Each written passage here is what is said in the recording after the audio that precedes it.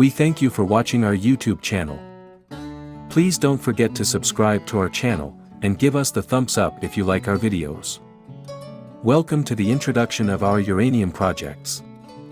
One of our 3 exclusive prospective licenses are located in the heart of Namibia, a small mining town called Urandis. Urandis is a town in the Erongo region of western central Namibia. It has been called the uranium capital of the world as it is located just 15 kilometers outside the world's largest open-pit uranium mine, the Rossing Uranium Mine. Zoya Minerals EPLs are borders with Husab Open Pits Mine.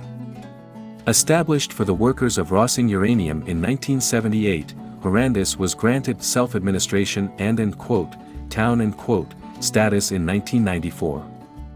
Currently it has 7,600 inhabitants, most of whom are somehow connected to the mine, and owns 29 square kilometers, 11 square miles, of land.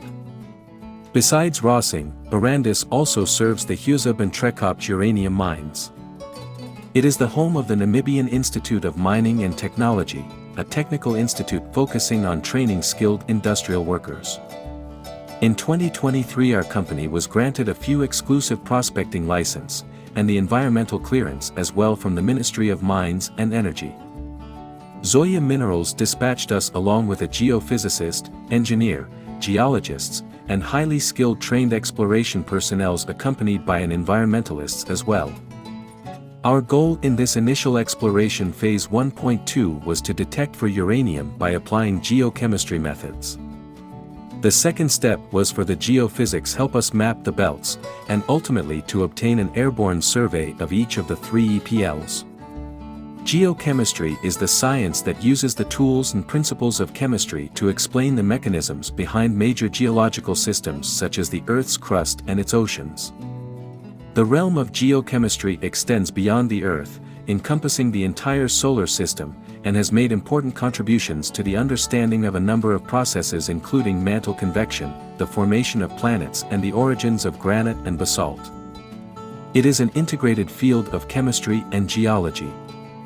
Geophysics is a subject of natural science concerned with the physical processes and physical properties of the Earth and its surrounding space environment, and the use of quantitative methods for their analysis. Geophysicists, who usually study geophysics, physics, or one of the earth sciences at the graduate level, complete investigations across a wide range of scientific disciplines. The term geophysics classically refers to solid Earth applications, Earth's shape, its gravitational, magnetic fields, and electromagnetic fields, its internal structure and composition, its dynamics and their surface expression in plate tectonics, the generation of magmas, volcanism and rock formation. However, modern geophysics organizations and pure scientists use a broader definition that includes the water cycle including snow and ice, fluid dynamics of the oceans and the atmosphere, electricity and magnetism in the ionosphere and magnetosphere in solar terrestrial physics, and analogous problems associated with the Moon and other planets. Although geophysics was only recognized as a separate discipline in the 19th century, its origins date back to ancient times. The first magnetic compasses were made from lodestones, while more modern magnetic compasses played an important role in the history of navigation. The first seismic instrument was built in 132 AD. Isaac Newton applied his theory of mechanics to the tides and the precession of the equinox, and instruments were developed to measure the Earth's shape, density and gravity field, as well as the components of the water cycle. In the 20th century, geophysical methods were developed for remote exploration of the solid Earth and the ocean, and geophysics played an essential role in the development of the theory of plate tectonics. Geophysics is applied to societal needs, such as mineral resources, mitigation of natural hazards and environmental protection. In exploration geophysics, geophysical survey data are used to analyze potential petroleum reservoirs and mineral deposits, locate groundwater, find archaeological relics, determine the thickness of glaciers and soils, and assess sites for environmental remediation. Authors' qualifications and affiliations. John Paul Mobeda is a professional exploration geophysicist with extensive experience in ground geophysical surveying services responsible for management, planning, auditing of all exploration and technical projects in the region. John Mobita started his career 15 years ago as a field geophysicist and has progressed through the years to an expert in exploration geophysics. He is also a registered scientist with the Geoscience Council of Namibia and a member of the Australian Society of Exploration Geophysicists. Declaration of Independence. The author of this report is an independent professional consultant with no vested interest in the project other than remuneration for work associated with the compilation of this report. General limitations. 1. The investigation has been conducted in accordance with generally accepted engineering practice, and the opinions and conclusions expressed in the report are made in good faith based on the information at hand at the time of the investigation. 2. The contents of this report are valid as of the date of preparation. However, changes in the condition of the site can occur over time as a result of either natural processes or human activity. Consequently, this report should not be relied upon after an eclipsed period of 1 year without a review by this firm for verification of validity. This warranty is in lieu of all other warranties, either expressed or implied. 3. The investigation was conducted with relaxed time frames and therefore enough information was available. There were no reported challenges during acquisition of the magnetic data. Although the confidence in the information is reasonably high, some variation in the ground conditions should be expected. EPL 8289 is located adjacent to two world-class uranium mines, namely Rossing Mine and Husab Mines, as shown on Figure 1 above. EPL 8289 is shown in white polygon. Magnetic and radiometric data. The data set used for this interpretation is the Regional Aeromagnetic and Radiometric purchased from the Ministry of Mines and Energy's Geological Survey, which was acquired in 1994/95 by World Geoscience. This data are available for all investors. Please email us. At the end of the video we will display our email. Survey parameters. The general survey parameters are as follows. Unless specifically stated under each individual survey. Traverse line spacing 200 m. Tie line spacing 2500 m. Traverse line direction, UTM grid, NS. Tie line direction, UTM grid, EW. Nominal terrain clearance 80 m. Sampling interval magnetics 0.1 seconds. Sampling interval radiometrics 1 second. The EPL area is mostly covered by superficial deposit of neogene formation and comprises of alluvium, sand, gravel, calcrete and dunes. Outcrop of the Noseb group is observed in the southwestern part of the EPL as well as in the eastern part. The Noseb group is comprised of quartzite, conglomerate, schist and marble as main lithologies. The Caribib formation cuts the EPL in half and comprises of marble, schist, orthoamphibolite and quartzite. Uranium mineralization may be hosted primarily within sheeted leucogranites that intrude the country rock at various stages that occurred during the Damara orogeny. The formation of uranium magmatic or body at Husab Mine is stratigraphically controlled with the Conrossing boundary that acts as a redox front. The abundantly present iron oxides and sulfides is believed to provide reducing conditions for uranium oxidation and precipitation in the form of uranite, which is the primary ore mineral that is mined at Rossing Uranium and Husab Uranium mines, i.e. the two closest mines to EPL 8289.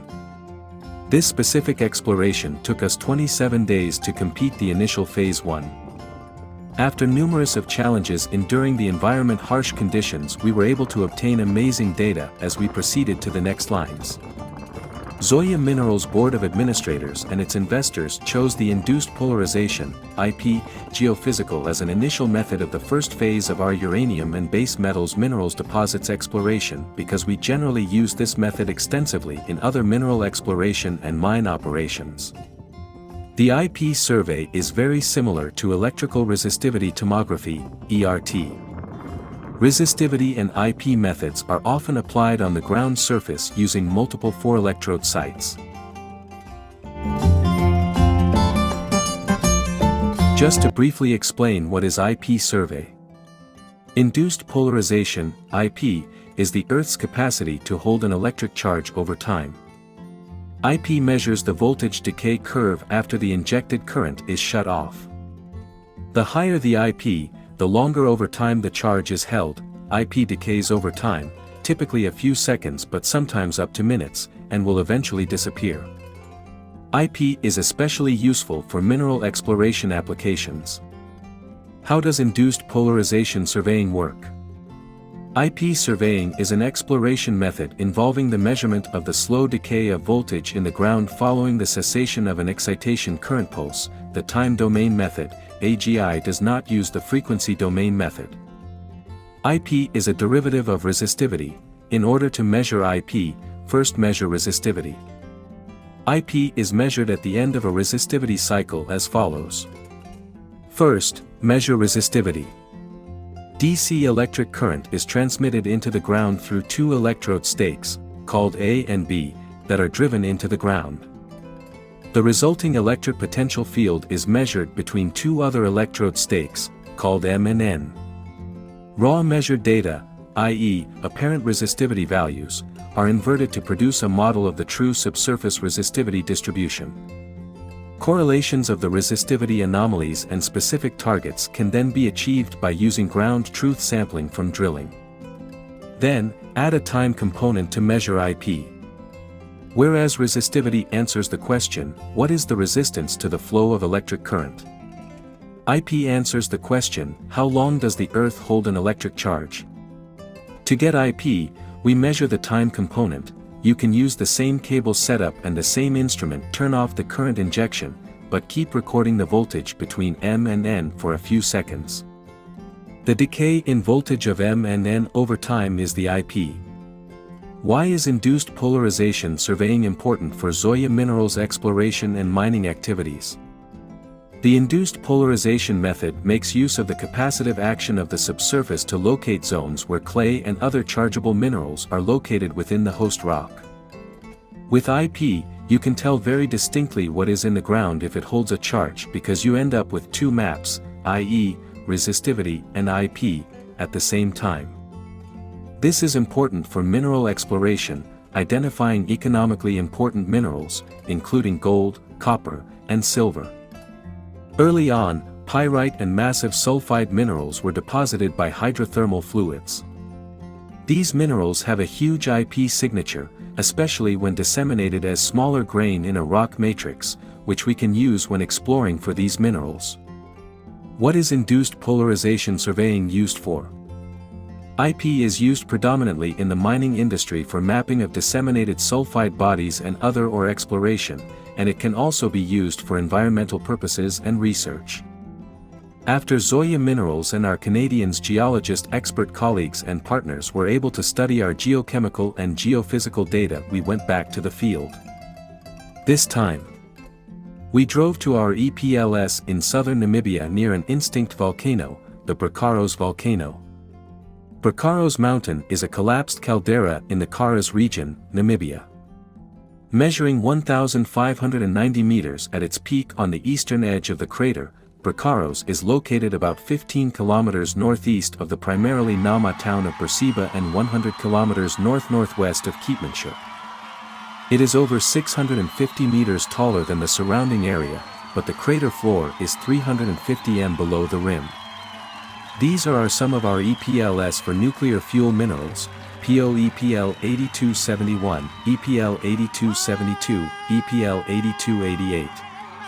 Namibia has significant uranium mines capable of providing 10% of world mining output. Its first commercial uranium mine began operating in 1976. There is strong government support for expanding uranium mining and some interest in using nuclear power. Uranium was discovered in the Namib Desert in 1928, but was not until intensive exploration got underway in the late 1950s that much interest was shown in Rossing. Rio Tinto discovered numerous uranium occurrences and in 1966 took the rights over the low-grade Rossing deposit, 65 kilometers inland from Swakopmund. Two other significant deposits found in early exploration were Trekopsh, a calcrete deposit 80 kilometers northeast of Swakopmund and near Rossing, and Langer Heinrich, a calcrete deposit discovered in 1973 by Gencor, 80 kilometers inland from Walvis Bay and 50 kilometers southeast of Rossing. In April 2011, the Namibian government announced that its state-owned mineral exploration company, Ipangelo Mining Ltd., would have exclusive control over new strategic minerals developments, including uranium. However, this does not apply retrospectively or amount to nationalization of existing mines or leases. Paladin and Kalahari have both expressed confidence that their assets are not at risk of expropriation, and in April 2012 Ipangelo agreed to buy a share of the Etango project and pay a corresponding share of development costs. A task force was formed in May 2010 by Ipangelo and Russia's ARMZ, which briefly seemed to threaten existing developments, but the government gave strong reassurance then, borne out since. New exploration licenses will be granted only to Ipangelo, and others interested will need to negotiate farm-ins with it, to become joint venture partners. Over 2007 to 2010 a strategic environmental assessment was undertaken over the whole uranium province inland from Swakopmund and Walvis Bay. This addressed the whole region and all the projects. It resulted in the Strategic Environmental Management Plan implemented in 2011 by the government and individual project companies. Both China and India are interested in acquiring uranium from Namibia. Chinese companies have taken major equity positions, notably with Husab, but also Langer Heinrich. In November 2018, Rio Tinto announced it had agreed to sell its majority stake in Rossing Uranium Limited to China National Uranium Corporation Limited, CNUC. India is discussing how to open the way to be able to buy Namibian uranium, at present ruled out by Namibia's non-proliferation commitments. The Namibian Uranium Association and its Namibian Uranium Institute provide an industry overview. Water supply. One of the aspects of the Strategic Environmental Management Plan is water supply. Since 2010 water has been supplied to Trekopsh from a coastal reverse osmosis RO, desalination plant 20 kilometers north of Swakopmund in the Erongo region with about 20 million m3/year output and requiring 16 mW from the grid. Some of this water, up to 10 million cubic meters per year, is available to mines other than Oranos. In 2016 the plant was supplying 5.04 million m3/year to Namibian Water Corp, NAM Water, for Rossing and Husab, reported to be taking 2 million m3/year. Rossing requires about 3 million m3/year.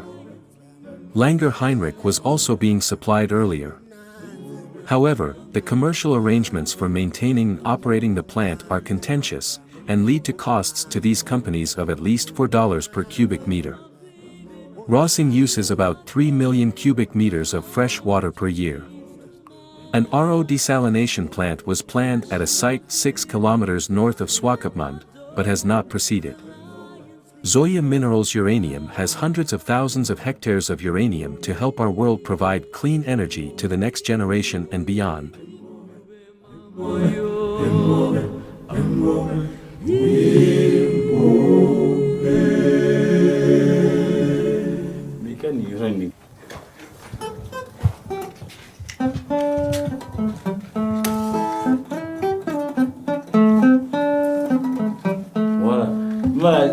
Réunion kan CD de I b'a fɔ tan yɛrɛ de.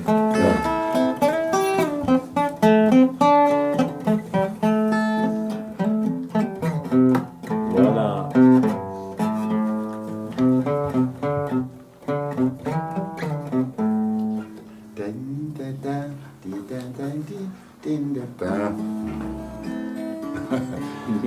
Apa kalian dengar gue? Aw bɛ se wala de lɔ.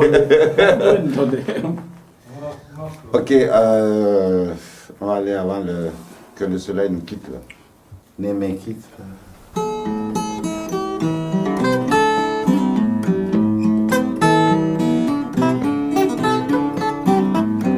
An extensive regulatory system has been developed to govern current mining operations in the Namibia, as well as to guide the cleanup of historical ones. The framework for mining regulation is primarily based on federal laws dating back to the late 1990s. In many cases, these regulatory responsibilities have been delegated to state agencies, which have in turn developed their own sets of environmental laws, regulations, and standards. Regulatory standards established at state levels are commonly equal to or more stringent than federal standards. Government-approved permits are required for all new and ongoing mining operations, including exploration activities. This permitting process ensures that environmental standards are maintained from the beginning to the end of mining and metal production operations. New mine developments are now required to have operation and closure plans that define how a specific site will be reclaimed upon cessation of mining. This attention to the full life cycle of a mining site prevents negative environmental impacts. Federal laws that regulate mining. Some important federal laws authorizing and guiding environmental regulation of mining in Namibia are available at the Ministry of Mines and Energy of Namibia. These laws outline the responsibilities of several federal agencies, such as the Environmental Protection Agency, in regulating mining operations. Other acts, such as the Safe Drinking Water Act, can be relevant to specific mining operations. The National Environmental Policy Act, Clean Air Act, CAA, Resource Conservation and Recovery Act, Clean Water Act, Toxic Substances Control Act, TSCA, Comprehensive Environmental Response, Compensation, and Liability Act. Zoya Minerals believes that good stewardship of the environment is not just a personal responsibility, it is a public value. Our duty is to use the land well.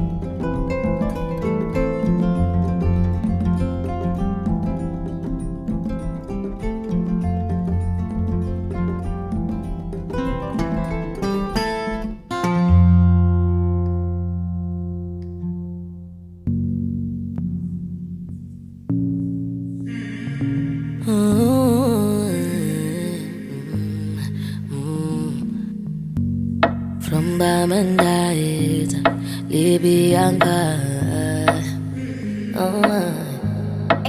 I've been drinking more alcohol for the past 5 days. Did you check on me? Now did you look for me? I walked in the room, eyes are red, and I don't smoke banga. Did you check on me? Did you check on me? Now did you notice me? Nobody will know the paranoia, oh. Cause I put a smile on my face, a facade you can never face. And if you don't know me well, oh, you won't see how buried I am inside my grave. Inside my grave. Cause you see people don't really know you. They don't really know you. Cause you see people, they don't really know you. They don't really know. I've been drinking more alcohol for the past 5 days.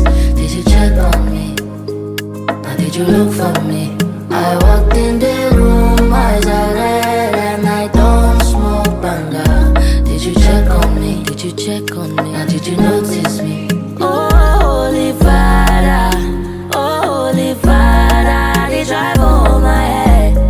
say make you no leave me, Tico. Holy Father. Yeah. Oh, make you drive